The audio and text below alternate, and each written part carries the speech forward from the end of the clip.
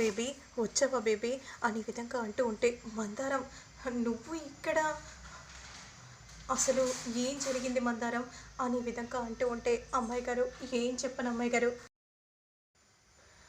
అసలు నువ్వు మళ్ళీ నిన్ను ఇలా చూస్తానని నేను అనుకోలేదు బంగారం అనే విధంగా అంటూ ఉంటే అసలు నువ్వు ఇక్కడికి ఎలా వచ్చావు నేనే తీసుకుని వచ్చానమ్మా అనే విధంగా విజయాంబిక భర్త రాగానే ఒక్కసారిగా రూప షాకింగ్గా చూస్తూ ఉంటుంది.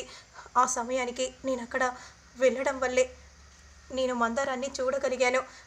అంటే ఏంటి మందారం అసలు నిన్ను ఎవరు చంపారు మందారం నన్ను చంపింది ఆ దీపక్ బాబు అని అనగానే ఒక్కసారిగా రూప షాక్ అయిపోతుంది.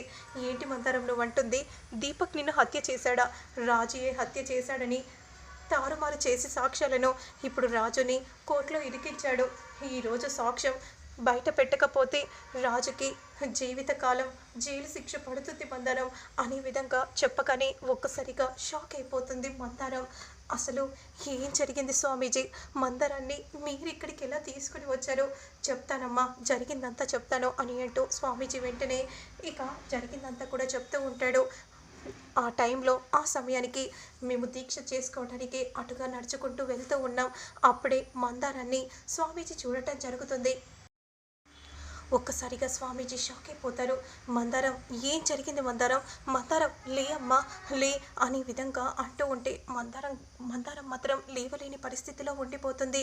శిష్యులారా వెంటనే ఇక్కడ నుండి మందారాన్ని తీసుకెళ్ళండి అనే విధంగా అంటూ వెంటనే మందారాన్ని తీసుకుని వెళ్తూ ఉండగా ఆగండి ఒక్క నిమిషం ఏ క్షణంలోనైనా మందారాన్ని చంపాలని ప్రయత్నం చేస్తారు అని అనుకుంటూ అక్కడ ఉన్న దిష్టి బొమ్మను తీసుకుని వచ్చి కాల్ చేయండి అని స్వామీజీ చెప్పగానే అక్కడే ఉన్న దిష్టి బొమ్మను తీసుకుని వచ్చి కాల్ చేసి ఇక మందారాన్ని అక్కడ నుండి తీసుకెళ్తారు. నిజంగా స్వామీజీ మీ రుణం ఎలా తీర్చుకోవాలో అర్థం కావట్లేదు. ఈరోజు రాజు బయటికి వస్తున్నాడంటే మీరు మందారాన్ని కాపాడటం వల్లే నాది ఉందమ్మా. అయితే అమ్మాయి గారు నేను వెంటనే కోర్టుకి వస్తాను. ఇప్పుడున్న పరిస్థితిలో నువ్వెలా వెళ్తావమ్మా త్వరగా వీల్చైర్ తీసుకొని రండి అని అనగానే సరే మందారం తీసుకెళ్తాను అని అంటూ స్వామీజీ చాలా థ్యాంక్ యూ స్వామీజీ మీ వల్లే ఇప్పుడు నేను మందారాన్ని తీసుకెళ్ళగలుగుతున్నాను.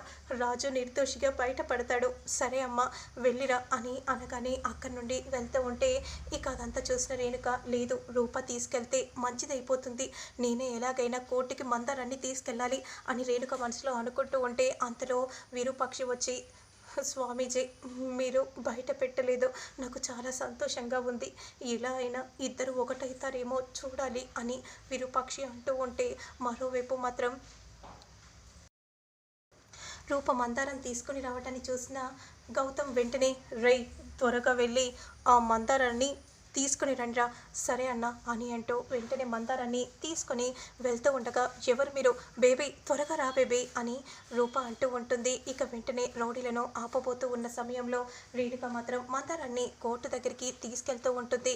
ఏం చేస్తున్నావు రేణుక అమ్మాయి గారు అక్కడే ఉండిపోయారు నువ్వేం మాట్లాడకు మందారం ఎందుకంటే ఇప్పుడు నువ్వు కోర్టుకు వెళ్ళటం ముఖ్యం.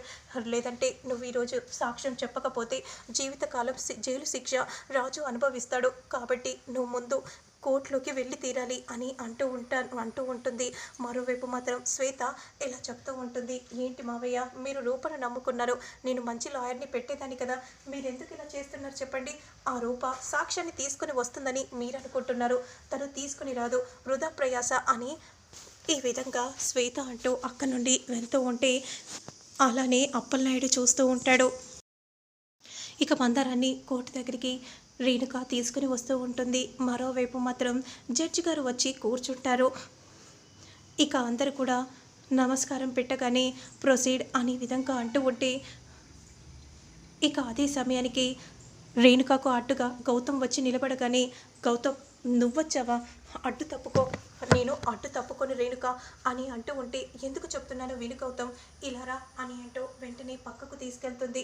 నువ్వెందుకు ఇలా చేస్తున్నావు రాజుగారికి శిక్ష పడిపోతే రూపా నా సొంతం అవుతుంది కదా కానీ ఇప్పుడు నేను మందారాన్ని తీసుకెళ్తే రాజు నా సొంతం అవుతాడు ఎందుకు నువ్వు ఆలోచించట్లేదు ఒకే ఒక్క క్షణం నేను చెప్పేది విను గౌతమ్ వినడానికి ఏం లేదు రేణుక నువ్వు మందారాన్ని తీసుకెళ్ళడానికి వీల్లేదు అని ఈ విధంగా అంటూ ఉంటే మరోవైపు మాత్రం జడ్జి గారు మన టైంనంతా కూడా వృధా చేస్తున్నారని నా అభిప్రాయం. ఇప్పుడు తన దగ్గర ఎలాంటి సాక్ష్యం కూడా లేదు తను నిరూపించుకోవటానికి. నూకల రాజు, నీ దగ్గర సాక్ష్యం ఏదైనా ఉందా నువ్వు హత్య చేయలేదు అని అనడానికి అనే విధంగా అంటూ ఉంటే సైలెంట్గా రాజు ఉండిపోతాడు. అంటే తను ఎలాంటి విషయం కూడా చెప్పట్లేదంటే తప్పు చేశాడు మై లార్డ్, కాబట్టి తనకి కఠిన కారాగార శిక్ష విధించాల్సిందిగా కోర్టు గారిని సవినీయంగా కోరుచున్నాను.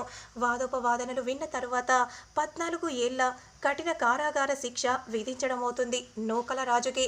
ఎందుకంటే సరైన సాక్ష్యం నూకల రాజు దగ్గర లేనందున మందారాన్ని హత్య చేసింది నూకల రాజే అనే తీర్పు ఇవ్వబడుతోంది అని ఈ విధంగా జడ్జి గారు చెప్తూ ఉంటే దీపక్ మాత్రం పాపం నేను ఇంటికి రాజు జైలుకి అని దీపక్ మనసులో సంతోషపడిపోతూ ఉండగా, ఒక్క నిమిషం జడ్జి గారు సాక్ష్యం ఉంది అని అంటూ రూప వెంటనే మందారాన్ని తీసుకుని రాగానే అందరూ షాకింగ్గా అలానే చూస్తూ ఉంటారు.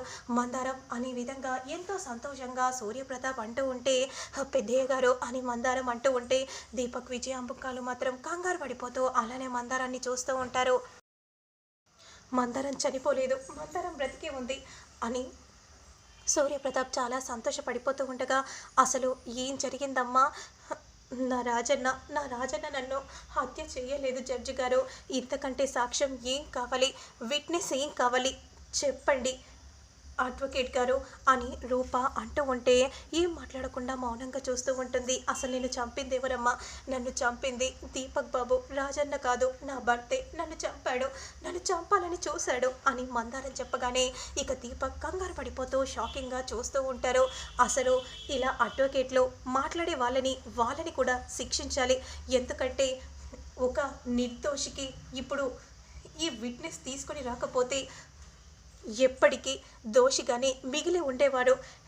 ఈ లాయర్స్కి కూడా శిక్ష పడితే ఇంకెప్పుడు కూడా తప్పుడు కేసులని తీసుకోరని నా అభిప్రాయం అని రూప చెప్పగానే, అవును జడ్జి గారు అనే విధంగా మందారం కూడా అంటూ ఉంటుంది. ఇక నూకల రాజు నిర్దోషిగా ప్రకటించడం అవుతుంది.